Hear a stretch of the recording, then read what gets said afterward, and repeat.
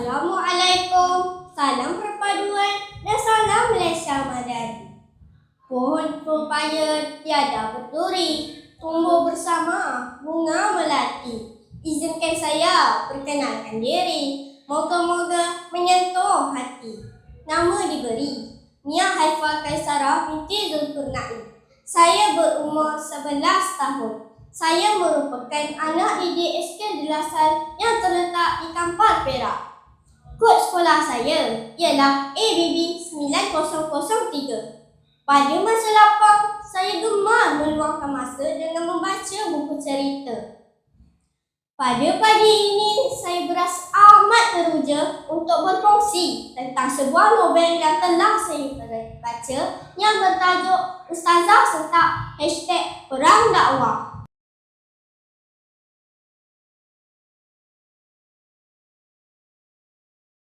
Buku ini adalah hasil nukilan Ain Maisarah, seorang penulis yang tidak asing lagi namanya dalam dunia penulisan. Buku ini telah diterbitkan oleh penerbitan Blink Trading pada tahun 2017. Memuatkan sebanyak 118 muka surat yang menempatkan 10 bab yang syarat dengan kisahnya.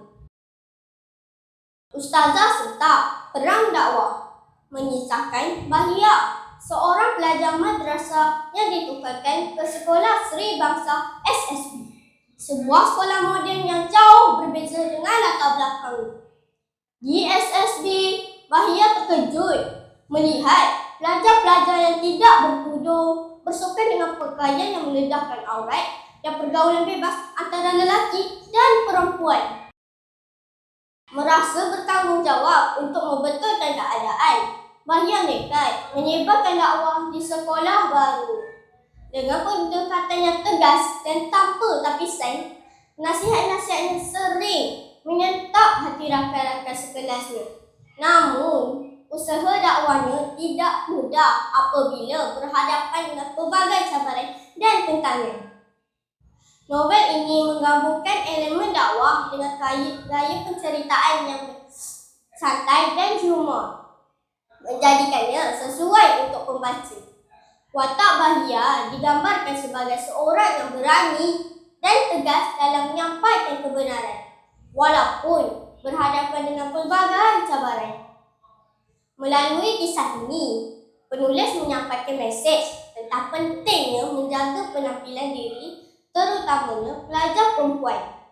Pembaca juga mengajak kita untuk merenung kembali amalan harian mereka.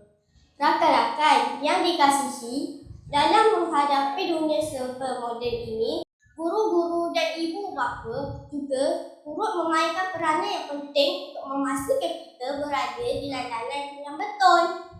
Setiap nasihat dan teguran mereka perlu kita ikut demi menjaga sahsia diri yang baik. Sebagai pembaca, kita dapat mengambil iktibar bahawa kita perlu menegur dengan niat ikhlas, kerana itu boleh mengubah diri seseorang. Walaupun teguran Bahia menyentak, namun niatnya jelas untuk membimbing dan bukan menghakimi. Ini memberi kesan kepada rakan-rakannya. Selain itu, pentingnya kita menjaga aurat dan adab pergaulan. Buku ini menekankan nilai-nilai baik seperti menutup aurat dengan sempurna, menjaga batas pergaulan dan menghormati diri sendiri. Pada pendapat saya, gaya penulisan buku ini sangat mudah dan menarik. Buku kecil yang mengandungi 118 muka surat ini sangat mudah dibawa ke mana-mana. Ilustrasinya juga sangat menarik. Kesimpulannya, buku karya Ain Maisarah ini mengandungi banyak pengajaran yang bermanfaat kepada generasi muda yang kini berhadapan dengan pelbagai cabaran budaya moden. Buku ini mengajar kita untuk menjaga adab dan perwatakan mengikuti cara yang betul. Renung-renungkan rakan semua. Sekian, terima kasih.